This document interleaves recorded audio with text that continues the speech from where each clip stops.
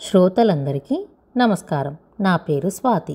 ఈరోజు చందమామ కథల 76వ సంచిక అక్టోబర్ 1953లోని 11వ కథ ఔవయార్. ఔవయార్ గొప్ప తమిళ కవయిత్రి. తెలుగు పిల్లలు వేమన పద్యాలు చదువుకున్నట్టే తమిళ బాలబాలికలు ఔవయార్ పద్యాలు చదువుకుంటారు. పిల్లల కోసం ఆమె ప్రత్యేకంగా అనేక పద్యాలు రాసిందట. తమిళ దేశంలో ఔవయార్ కథను అతి విచిత్రంగా చెప్పుకుంటారు. తల్లి గర్భం నుండి బయటపడగానే ఆమెను తల్లిదండ్రులు అడవిలో ఒక తట్టలో వదిలిపెట్టిపోయారట. తర్వాత పెద్ద వాన వచ్చి ఆ తట్ట వాన నీటికి తేలిపోయి నదిలో ప్రవేశించి ప్రవాహంలో కొట్టుకుపోతూ ఉండగా ఉదయం వేళ నదిలో స్నానం చేయవచ్చిన ఒక మనిషి ఆ పిల్లను చూసి తీసుకొని ఇంటికి వెళ్ళాడు. తొట్టిలో ఉండగానే ఈ పిల్ల వినాయకుడి విగ్రహం కోసం ఏడ్చి పోరు పెట్టింది. బిడ్డకు ఈడు మించిన తెలివితేటలుండడం చూసి అవ్వ అని పేరు పెట్టారు. అవ్వ నిత్యము వినాయకుడిని ఆరాధిస్తూ పెరిగి పెద్దదైంది. యుక్త వయస్సు రాగానే ఆమెను పెంచిన తల్లిదండ్రులు ఆమెకు మనువు కుదుర్చి పెళ్లి కూతురు చేశారు. కానీ అవ్వకు సంసార తాపత్రయంలో చిక్కుకోవాలని లేదు. ఆమె తన ఇష్టదైవమైన వినాయకుడిని ప్రార్థించి ఆయన అనుగ్రహంతో ముసల్దైపోయింది. అది మొదలు ఆమె ఔవయార్ అని పిలువబడుతూ కాలినడకన దేశమంతటా తిరిగి ప్రజలకు నీతి బోధలు చేయసాగింది. ఆమె కీర్తి దేశమంతటా వ్యాపించింది. ఆమె బోధలు వినటానికి జనం తండోపతండాలుగా వచ్చేవారు. ఔవయార్ కీర్తి విని చోళరాజు ఆమెకు బ్రహ్మాండమైన స్వాగతం ఏర్పాటు చేసి ఆమెను తన ఆస్థానంలో ఉండిపోమ్మని అర్జించాడు. కానీ ఔవయార్ సమ్మతించలేదు. తన జీవితం పేద ప్రజల సేవలోనే వెళ్ళిపోవాలని చెప్పి ఆమె తన దారిన తాను వెళ్ళిపోయింది. ఒకప్పుడు రాజ్యంలో క్షామం వచ్చింది. ప్రజలు తిండికి లేక మలమల మాడుతున్నారు. ఇది చూసి ఒక కామందు తన దగ్గర ఉన్న ధాన్యమంతా పేద ప్రజలకు పంచసాగాడు. న్యాయంగా ఈ ధాన్యం రాజుగారికి చెల్లించవలసిన ధాన్యం. ఇకనే రాజభటులు ఈ భూస్వామిని పట్టుకుపోయి రాజు ఎదుట ఉంచారు. అతనిని విడిపించాలని ప్రజలు అలజడి చేసాగారు. ఈ సమయాన ఔవయార్ అక్కడికి పోయి రాజుని మందలించి భూస్వామిని విడిపించి ఆ రాజ్యంలో వాన కురిపించింది. ఒక గ్రామంలో ఒక ఆసామి ఉండేవాడు. అతని భార్య గయ్యాలి. ఈ గయ్యాలికి బుద్ధి చెప్పాలనే ఉద్దేశంతో ఔవయార్ ఒకనాడు ఈ ఆసామి ఇంటికి భోజనానికి వెళ్ళింది.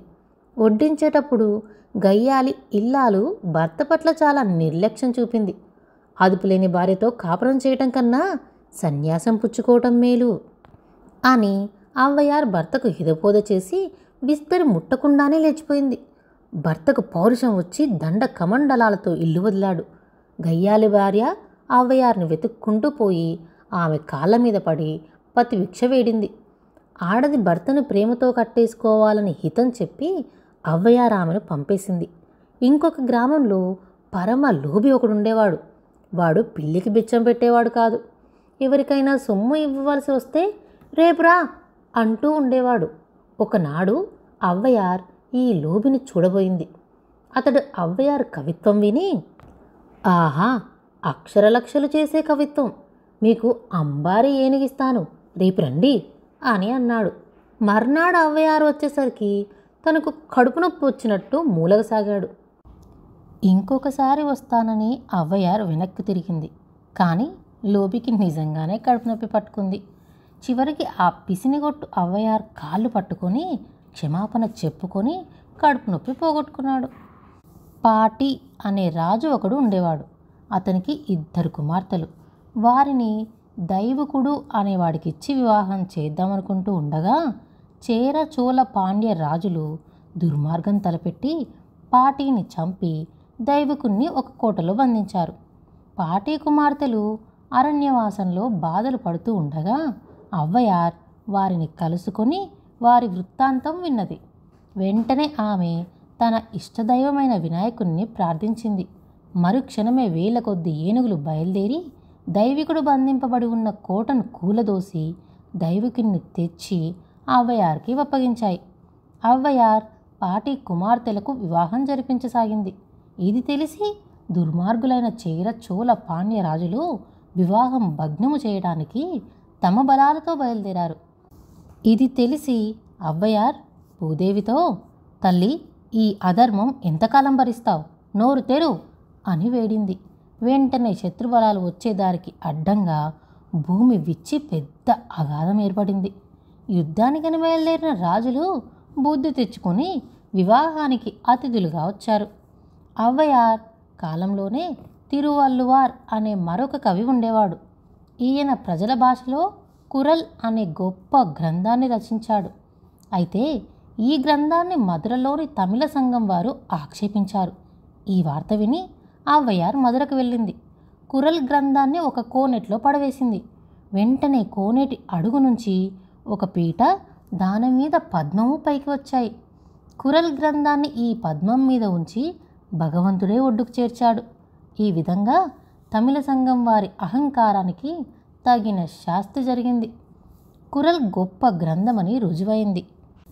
ఈ విధంగా ప్రజలకు మంచి మార్గం ఉపదేశిస్తూ దేశమంతటా సంచారం చేస్తూ ప్రజలందరినీ తన వారినిగా చూసుకుంటూ అవ్వయార్ వృద్ధురాలైంది. ఈ దశలో ఆమె ఒకనాడు ఒక నేరేడు చెట్టు కింద విశ్రాంతి తీసుకుందామని ఎండలో నడిచొచ్చింది. చెట్టుపైన ఒక గొల్ల పిల్లవాడు, అవ్వా, పళ్ళు తింటావా అని అడిగాడు. కాసిని పడే నాయనా అన్నది అవ్వయార్. వేడి పళ్ళు కావాలా, చల్లని పళ్ళు కావాలా అని అడిగాడు కుర్రవాడు. ఎక్కడైనా వేడి పళ్ళుంటాయా, చల్లని పళ్ళే పడే అన్నది అవ్వయార్. కుర్రవాడు చెట్టు కొమ్మలు దులిపాడు. నేరేడు పళ్ళు నేల రాలాయి. అవ్వయార్ నేల మీద నుంచి ఒక పండు తీసి దుమ్ము పోవడానికి ఊతసాగింది. చెట్టు మీద నుంచి కుర్రాడు పక్క పక్క నవ్వాడు. ఎంత పిచ్చిదానివవ్వా, ఎక్కడన్నా వేడి పళ్ళుంటాయా, ఎందుకలా ఊదుతున్నావు అని అన్నాడు. అన్నీ తెలిసిన తననే వేలాకోలం చేసిన ఈ కుర్రవాడు సామాన్యుడు కాదని అవ్వయార్ అతనికి నమస్కారం చేసి, ఎవరు నాయనా నువ్వు అని అన్నది. వెంటనే కుర్రవాడు కుమారస్వామిగా మారాడు. అవ్వా, నువ్వు అవతరించిన పని అయిపోయింది, ఇక నీవు కైలాసానికి వెళ్ళు అని ఆదేశించాడు కుమారస్వామి. అవ్వయార్ తన నీతి బోధలను ప్రజలకు వదిలి తాను కైలాసం చేరింది. ఆ నీతి బోధలను ఇంకా ఈనాటికి ప్రజలు జ్ఞాపకం చేసుకుంటూనే ఉన్నారు. ఇదే విధంగా ఎల్లకాలము జ్ఞాపకం చేసుకుంటూనే ఉంటారు. అతి విచిత్రమైన ఈ అవ్వయార్ కథను జెమినీ వారు ఎన్నో సంవత్సరాల పాటు ప్రయాసపడి ఎంతో డబ్బు వ్యయం చేసి ఈ మహత్తర గాథను సినిమా చిత్రంగా తయారు చేశారు. ఈ చిత్రాన్ని గొప్ప గొప్ప వాళ్ళంతా మెచ్చుకున్నారు. చూడటానికి ఎంతో అద్భుతంగా ఉండే ఈ అవ్వయార్ చిత్రాన్ని ప్రతి స్త్రీ, పిల్లవాడు తప్పక చూసి తీరాలి. ఇలాంటి మరెన్నో కథలు వినాలంటే ఈ ఛానల్ని సబ్స్క్రైబ్ చేసుకోండి.